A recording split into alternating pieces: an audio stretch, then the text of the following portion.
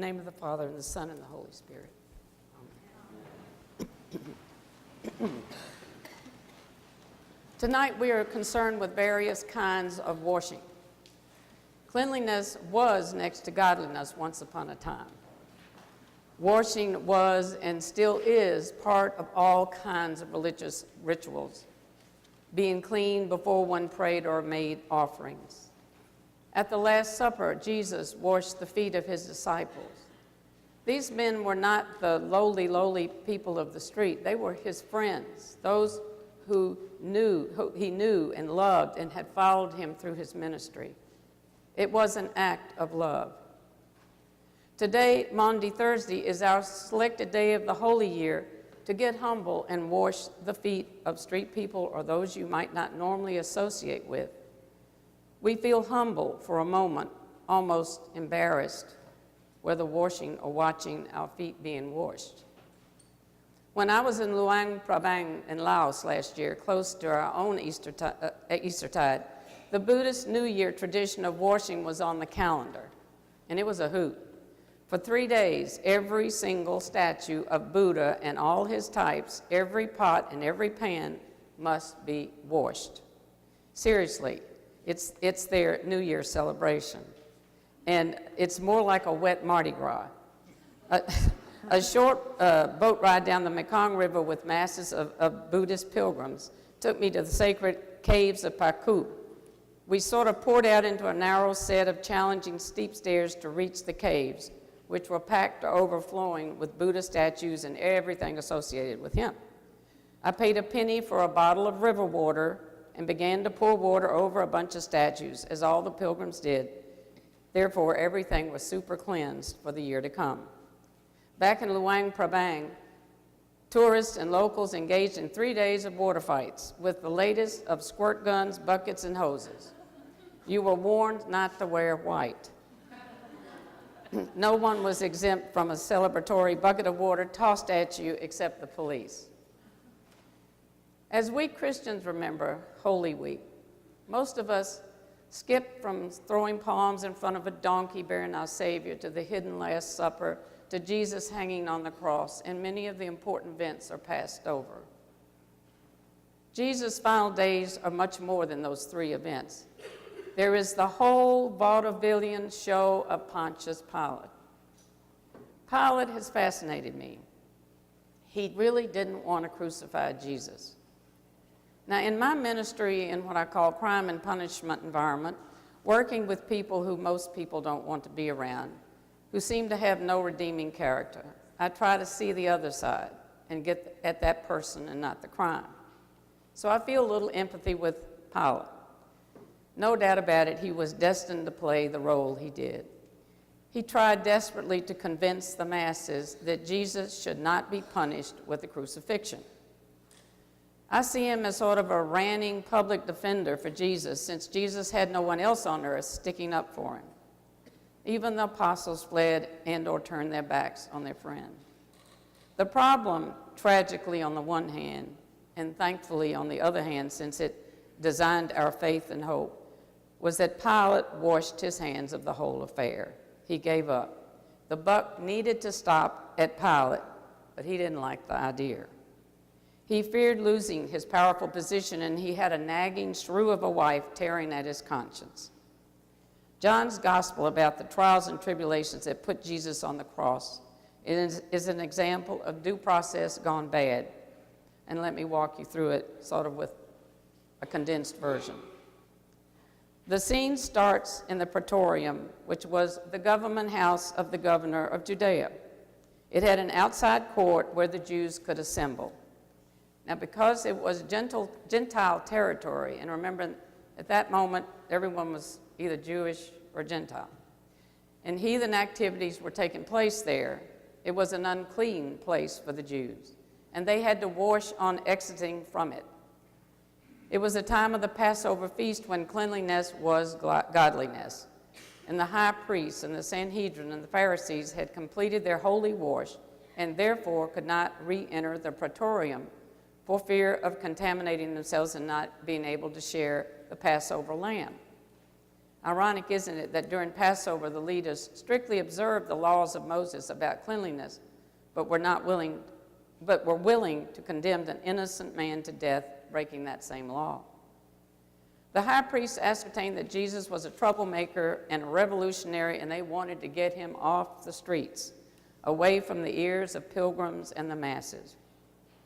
When the proceedings started, Jesus had been arrested and was their prisoner, a religious criminal, so to speak, and he needed an official state trial. Unable to reach a conclusion in their own Jewish courts, the high priest could only come up with the religious crime of blasphemy. Yet the Jews, though residents of a Roman state, could not execute a capital sentence. If Jesus was to die, he must be sentenced and executed by the Romans, and the Roman governor in this case was Pontius Pilate. Anxious to put Jesus to death, the Sanhedrin and high priest threw all the responsibility into Pilate's lap. And so he spent the next 6 hours running in and out of the praetorium, trying to appease the crowds and the Jewish chiefs, and at the same time trying to save Jesus of Nazareth from a sentence far too violent for his trumped-up charges. 3 times Pilate proclaimed Jesus not guilty. He tried to release Jesus, assured that he was politically harmless and no threat to the emperor. So since the high priest refused to enter the praetorium, Pilate, the person supposedly in control of the country, became a buffoon, a Tom the Cat in Tom and Jerry cartoons, running back and forth, now to Jesus, now back outside to consult with the Jewish leaders. First, Pilate was outside to find out from the Jewish priests the charge against Jesus. They accused Jesus of breaking Jewish laws, so Pilate said, "Then you get rid of him using your own laws." And they retorted, "We want him crucified, and we need your approval to make it legal." If the high priest put Jesus to death by Jewish law, it would have to be by stoning, not crucifixion, which was the only Roman method. So Pilate goes back into his headquarters to speak to Jesus, and he begs for an answer. "Are you king of the Jews?" Surely Pilate was praying, "Give me an answer I can live with." But Jesus frustrated his efforts to dodge the issue and answered with a question: "Your kind of king or the Jewish kind of king?" Pilate, even more frazzled, said, "Am I a Jew? Well, how do I know what Jews think? Your people brought you here. What have you done?" And Jesus replied calmly, "My kingdom is not of this world. If it was, my followers would have taken appropriate action against the Jews. In other words, they would have rescued him." Then Pilate gets back to the point. "But are you a king then?" And Jesus answers, "Yes, I came to bring truth to all the world. If you love truth, you are my follower." Pilate, not sure of what truth was any longer, but convinced of Jesus' political innocence, ran back out to the crowd and tells them, "Jesus is not guilty, not of any crime." And at the same time, he remembered a Passover custom of releasing a prisoner.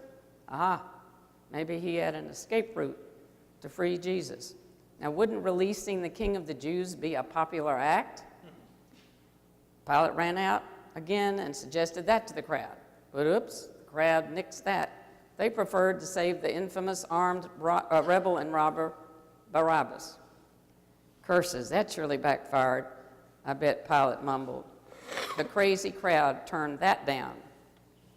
And by just calling Jesus King of the Jews, he had stirred up the masses and the high priests, none of whom believed Jesus was the Messiah.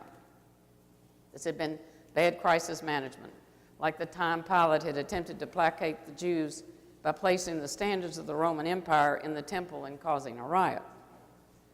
But not defeated yet, Pilate tried to drum up sympathy for Jesus' freedom by having him flogged. John's Gospel says Pilate laid open Jesus' back with a leaded whip, hoping maybe this would satisfy the bloodthirsty crowd. He pushed Jesus out before the masses, bleeding and ripped apart, decorated in a crown of thorns and a kingly purple robe. Holding Jesus with his hands, he declared, "Behold the man."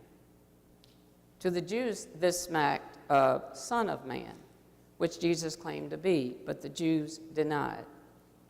If Pilate had said, "Look at this man," rather than "the man," he might have had better results. But the chief priests cried, "Crucify him." And Pilate declared, "Then you do it. I find him not guilty." And the high priest argued it was forbidden by law for them to take an action, but because Jesus called himself the Son of God. Well, that frightened Pilate again, and he shoved Jesus back inside the palace. In one more pathetic effort, Pilate asked Jesus, "Where are you from?" And Jesus kept silent.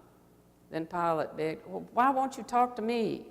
He was probably thinking, "Don't you realize I'm trying to get you out of this?" In his official role, the power was his. And Jesus calmly explained to Pilate that the only power he had came from above, from God. But the hour had come when Jesus must lay down his life for mankind. And through God's plan, in this hour, Pilate had some power over Jesus only because he happened to be governor of Judea that year. Pilate, like a whipped dog, like a worn-out filibuster, goes back out to the crowds made up of the Jewish people, the Sanhedrin priests who recognized Jesus' authority, and the Pharisees who denied both Jesus and the Roman authority. Entered political blackmail. The priest shouted, "If you release this man, you are no friend of Caesar's." Oh my gosh, Pilate was in shock. Now that they had threatened to denounce him to Rome, to his boss, Caesar, anyone who was declared king of anything was defying the power of Caesar. Pilate would lose all his power and all he had and undergo harsh punishment. Like anyone would, he didn't want to lose his job, but he was done in.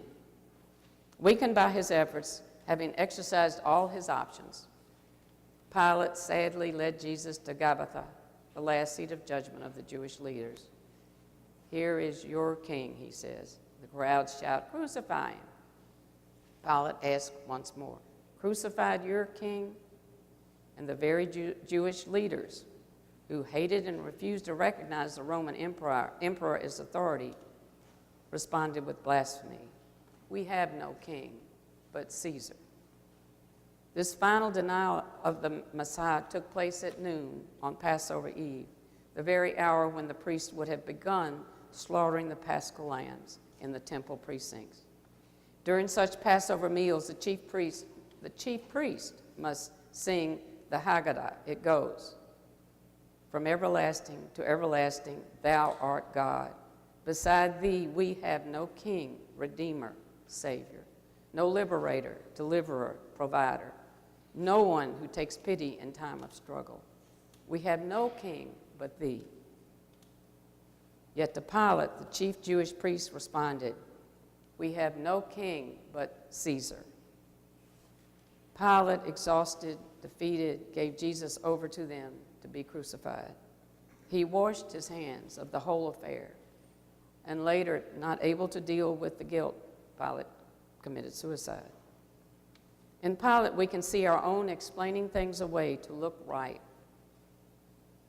In Pilate, we can see our own efforts at self-preservation, our own selfishness in moments of decisions. I pray that we never wash away our responsibility when we know the right thing to do. May we not be Pontius Pilates. God bless.